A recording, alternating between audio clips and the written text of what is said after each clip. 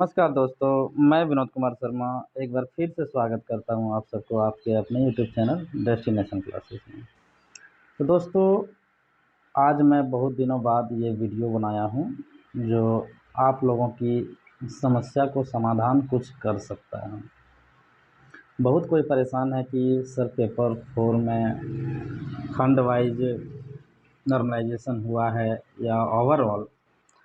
तो मैं कह देना चाहता हूँ कि खंड वाइज नॉर्मलाइजेशन हुआ है, क्योंकि मैं ऐसे ही नहीं बोल रहा हूँ, बहुत एनालाइज किया हूँ, बहुत सारा मैंने पता किया है, इसके बाद ही मैं वीडियो बनाया हूँ। ठीक है, और मेरा वीडियो जो है 99% सत्य होता है।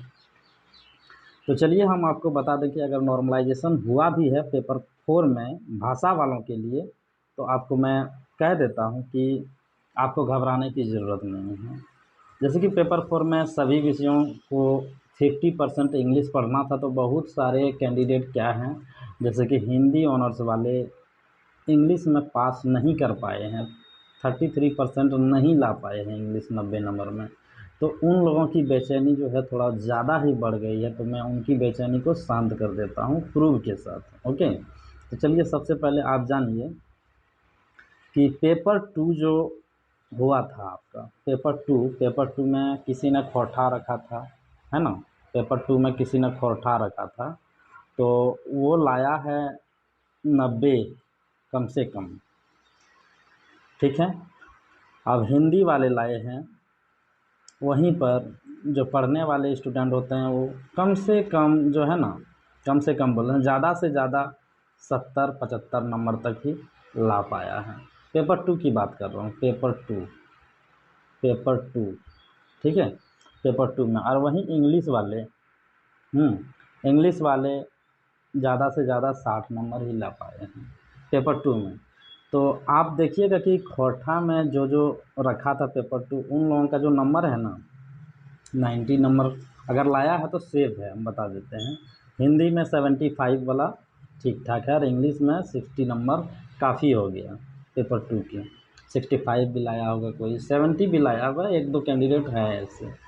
तो तो किया क्या है जेएसएससी ने सारे पेपर कोठा, हिंदी, इंग्लिश सभी विषयों को मिलाकर नॉर्मलाइजेशन कर दिया है। ठीक है, तो आप देखिए कि डिफरेंस कितना आ रहा है। इसको अगर आप मॉडरेट मानिएगा हिंदी को, ठीक है, तो इसका 15 नंबर बढ़ जाता है, 15 नंबर बढ़ जाता है, और इसका 15 नंबर घट जाता है, इसका 15 नंबर घट जाता है खोटा वाला का। इसी कारण जो जो खोटा रखा था ना एसएसटी में, जो इतना नंबर अगर स्कोर नहीं कर पाया है, तो कम से कम 15 नंबर तो उसका घटा है, जिसके कारण से वो नहीं आ पाया है मेरिट में।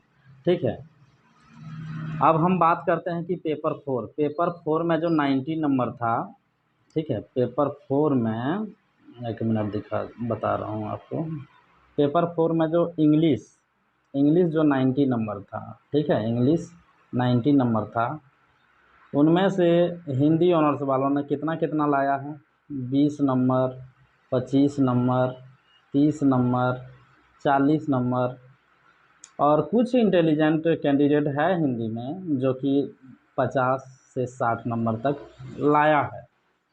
ठीक है, और मैक्सिमम कैंडिडेट अगर आप देखिएगा हिंदी में, तो 20, 25, 30 के ही इर्द गिर्द घूम रहा है सब, 20, 25, 30 के इर्द गिर्द।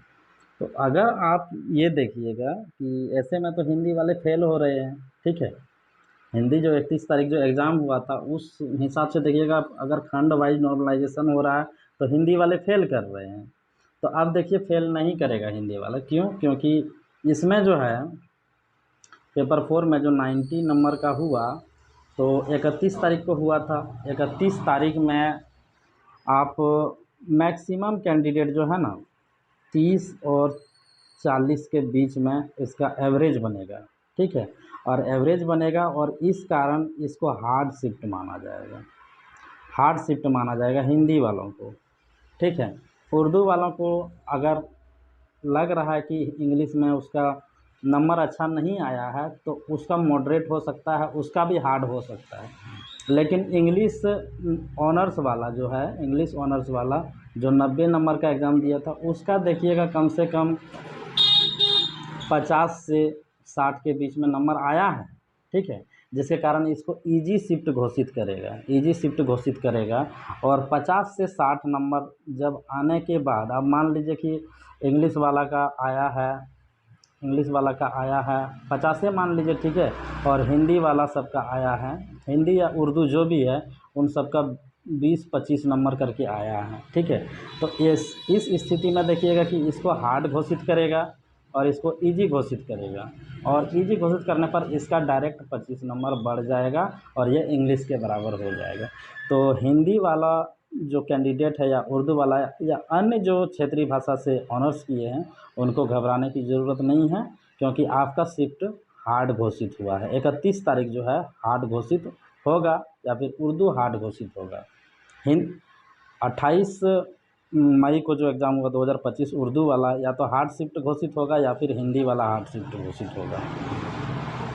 तो इसमें चिंता करने की कोई बात नहीं है, आप सब सेफ़ हैं और सभी का हो जाएगा, क्योंकि कैंडिडेट भी अगर देखिएगा ना लैंग्वेज में कैंडिडेट ज़्यादा है नहीं। अगर आप एक ज़िला से अगर 50 गो कैंडिडेट खोज देते हैं ना, एक ज़िला से 50 कैंडिडेट, तो 24 ज़िला है, ठीक है। 24 गुना आप 50 कर दीजिए ना, 24 गुना 50, ठीक है, एक मिनट, 24 गुना 50 कर दीजिए, 24 गुना 50 कर दीजिए भाई 50, तो होता है आपका 1200, टोटल 1200 ही कैंडिडेट दिख रहा है झारखंड में। अगर आप बोलिएगा नहीं नहीं इतना कम कैसे हो सकता है ना, तो कम से कम आप एक ज़िला में 100 जोड़ दीजिए, तो फिर भी होता है 2400 को होता है, 2400 कैंडिडेट होता है भाषा का, पारा नॉन पारा सब मिला के। तो भाई जितने भी लैंग्वेज वाले हैं वो सब सेफ़ हैं, आप टेंशन ना लीजिए, ठीक है। मिलते हैं नेक्स्ट वीडियो में। वीडियो अच्छा लगे तो आप लाइक कर दीजिए, प्यारा सा कमेंट कर दीजिए और वीडियो को शेयर कर दीजिए। तब तक के लिए धन्यवाद।